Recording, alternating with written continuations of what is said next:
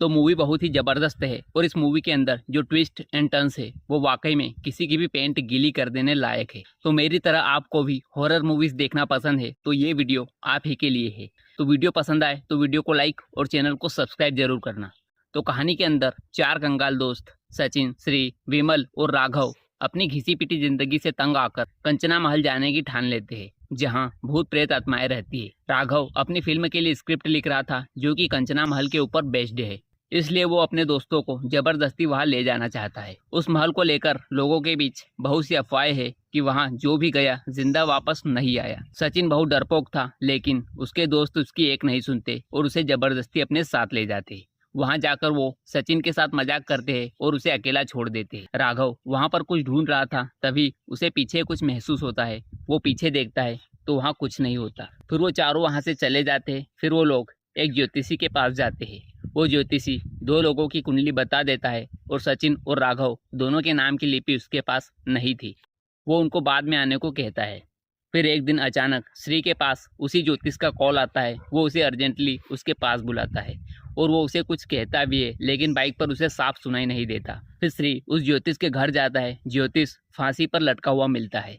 फिर राघव अपने दोस्तों को कंचना महल के कुछ राज बताता है। वो बताता है कि जॉन डिमोंटी ने अपनी पत्नी को एक बेहद खूबसूरत लॉकेट दिया था। एक दिन डिमोंटी की पत्नी की तबीयत खराब हो गई थी, तब उसे पता चलता है कि उसकी पत्नी के साथ रेप हुआ है। उसे बहुत गुस्सा आता है। उसे लगता है कि घर के नौकरों ने ही ये काम किया होगा। वो अपने नौकर को गोली मार देता है। तब सभी नौकर मसाल लेकर उसे मारने आते हैं।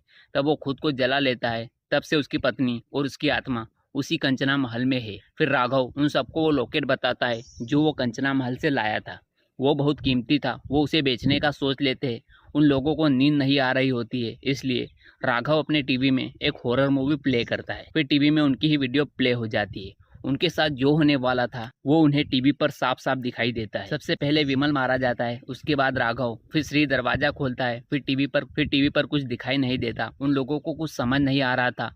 वो बेहद डर जाते। फिर श्री उनको बताता है कि उसके पास ज्योतिषी का कॉल आया था और जब वो उसके पास गया तो उसने फांसी लगा ली थी। फिर राघव श्री के फोन में उस ज्योतिष की रिकॉर्डिंग सुनता है। वो ज्योतिष श्री से कहता है कि वो लोग बचकर रहे। सचिन 2 दिन पहले ही मर चुका है। उनके साथ जो है वो सचिन नहीं बल्कि कोई और है। ये सुनकर तो उनकी पेंट ही गीली हो जाती है। वो और भी डर जाते हैं। फिर राघव एक ओझा बोर्ड लाता है जिससे आत्माओं से बात होती है। फिर वहाँ मोमबत्ती अपने आप जल जाती है, जिससे उनको पता चलता है कि उस घर में एक नहीं बल्कि 2 आत्माएं थी। फिर उस बोर्ड में आग लग जाती है। फिर उस घर के सारे खिड़की दरवाजे लॉक हो जाते हैं। फिर राघव को डिमोंटी की आत्मा दिखने लगती है और वो मारा जाता है। फिर विमल भी मारा जाता है।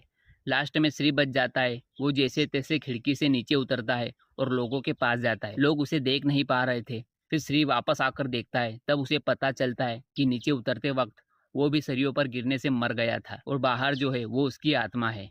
फिर हम देखते हैं सचिन भूत बन चुका था और वो एक ट्रक से कंचना महल जा रहा था और उसने वो लॉकेट भी पहन रखा था। उस लॉकेट को कोई नहीं चुरा सकता था। जो भी उसे ले जाता था वो मरकर भूत बनकर उसे वापस कंचना महल में रख आता था। मूवी का नेक्स्ट पार्ट भी बहुत दिलचस्प है। ऐसे ही वीडियो के लिए चैनल को सब्सक्राइब जरूर कर लेना।